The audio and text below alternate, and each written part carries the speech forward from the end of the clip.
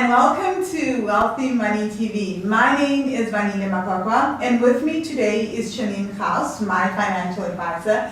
She's going to be talking to us about credit and credit reports and dealing with debt. Hi, Janine. Hi. Funny.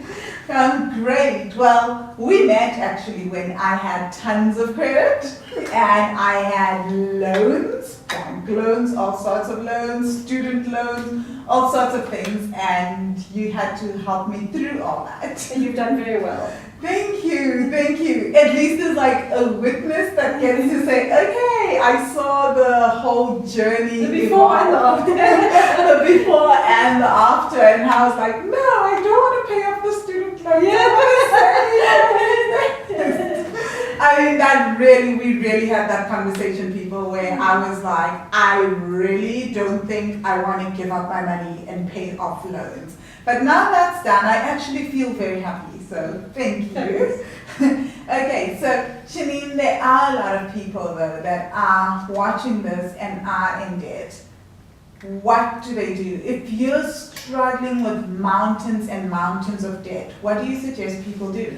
The first thing I suggest you to do is you actually sit down, take some time, get a little paper, or if you've got a computer, Excel spreadsheet, write down all your debts, all the people that you own. Also write down how much interest you pay each of them. Yes. How long the term is that you still owe them. Mm-hmm. And I think that's the main important factor. So we want to know how long do we have to pay them off for? Yes. How much extra on interest are we paying them?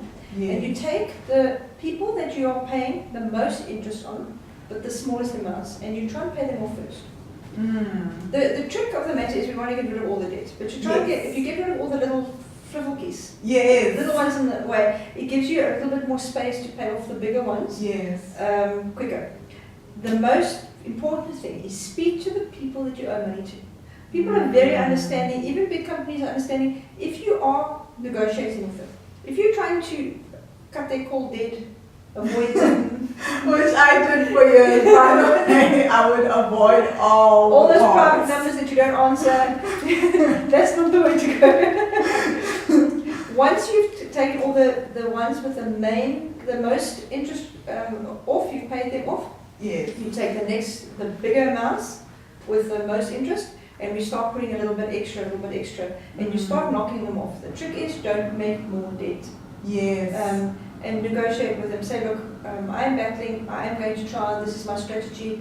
Mm-hmm. They're very much open to that type of thing. So as long as they know that your intention is to pay and you are trying to put a little bit extra, it's all good. Oh wow, okay. So my one question that I received recently on the Facebook fan page is, what do I do if I have a car that I've bought and it's very expensive, and now I realize just a year or two later that actually this car is kind of the wrong car for me and I want to trade it in, or I just want to go without a car for a while? What do I do with this now that it's impacting my budget? Because if I trade it in, it impacts my credit record, and we'll do another show on credit reports and credit records. But it impacts my credit record, and then I can't obviously stop paying it because that also works against me. So what are my options there? Okay, so you've got two options. You can sell the car outright. Okay, but then you don't have a car.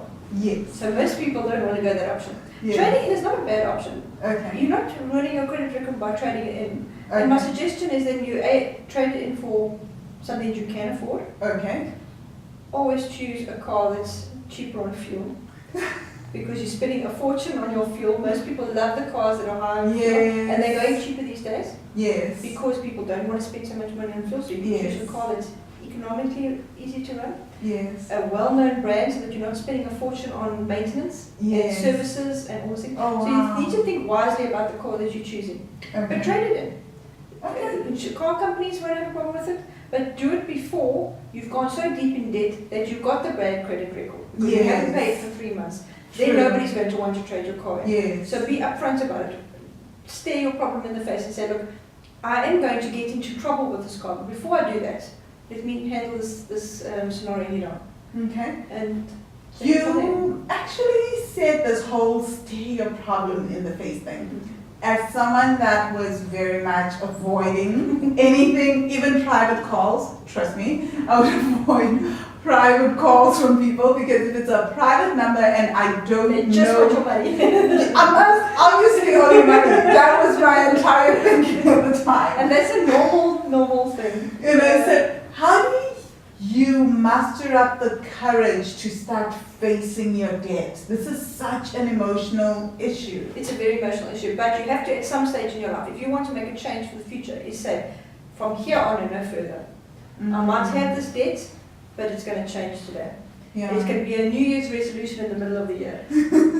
Okay. And that's your best thing, being honest with yourself and taking it from there. Yes, okay. I love that, being honest with yourself. I think for me, my breakthrough was actually saying that from here on and no further. And I remember asking myself this question, how long can I keep this going? If I do this for the next 5 years, what will my life look like? Absolutely. And people must also understand that fixing the debt problem is probably going to take as long as making the debt problem.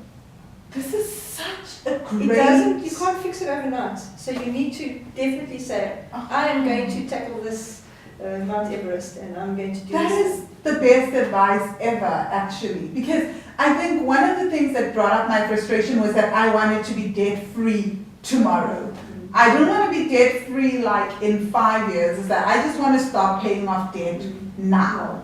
You know, and now when I look at how much time and dedication and just like sitting with you and just having to be open enough about where I am in my life and then sharing it with other people on the blog, it's been an awesome journey. It actually wasn't as difficult as I thought. Hell, it evolved into a book, so I'm happy.